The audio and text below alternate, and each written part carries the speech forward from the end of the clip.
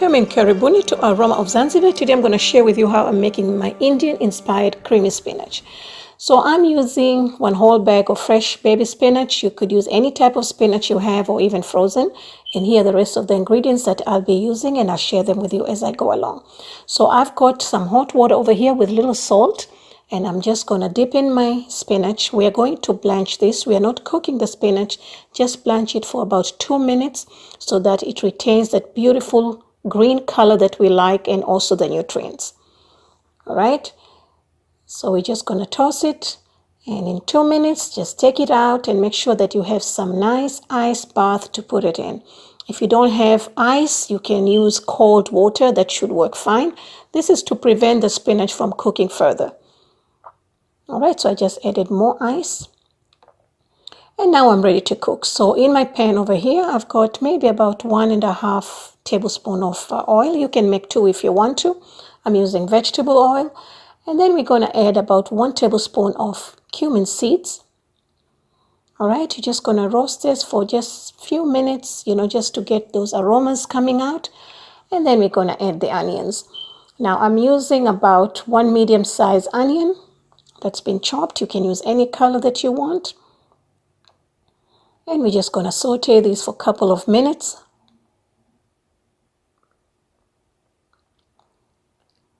We're not looking for any color.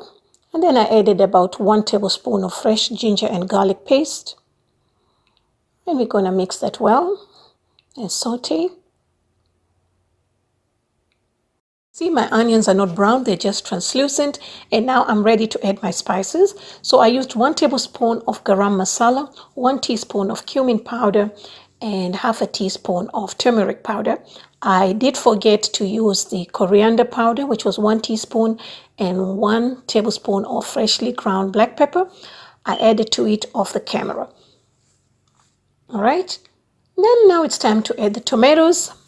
I used 1 large tomato that was blanched and diced into small pieces, and we're just going to break it down for a couple of minutes.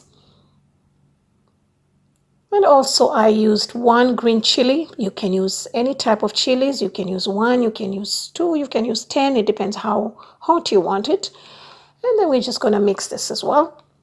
Now I'm ready to add my peas. I'm using frozen peas that were pre-cooked. You can use fresh ones, and make sure you cook them before you add them here. And I also added about 1/2 bunch of fresh cilantro, coriander. And we're just going to mix this well and let it simmer for a couple of minutes while we're taking care of the spinach. Now for the spinach, I'm going to blend, but I'm only using about 80% of the spinach.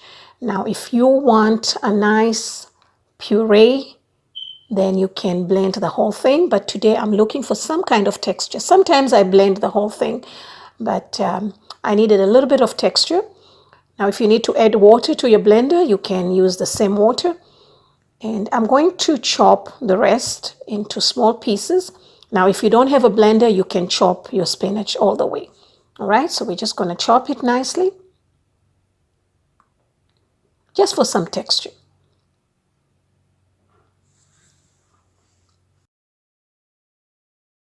Now I'm ready to pour my spinach puree into the mixture. See how beautiful and vibrant that green color looks. This is what happens when you blanch your spinach or vegetables for that matter. It retains those beautiful colors. So we're just going to give it a quick stir before we add the chopped spinach to it. I'm just adding my chopped spinach now. I did blanch my spinach in 1 teaspoon of salt. So you want to taste this and see if you need to add any more salt to it. All right, so we're just going to mix it. Now, this is where the twist comes in. I'm using coconut cream instead of heavy whipping cream or double cream into this recipe. Now, if you want to go dairy-free, you can use coconut cream. But if you want to use heavy cream, please go ahead and do so. So we're just going to mix it well and keep your heat low. Now, I'm adding about 1 teaspoon of garam masala. This gives that extra flavor. When you cook with the spices, it's different, and when you put them later, it's different.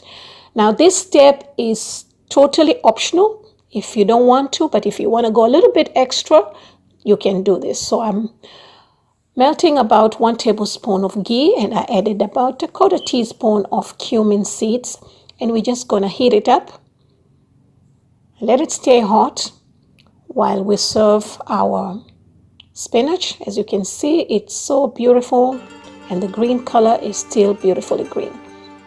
And then on top of that, I just sprinkle a little garam masala again, and then maybe about 2 teaspoons of hot ghee. If you want to use all of it, you can. You can serve this with anything that you want. Thank you so much. For more recipes, please visit me at Aroma of Zanzibar. You'll find all the ingredients and the measurements in the description box below and this very last page.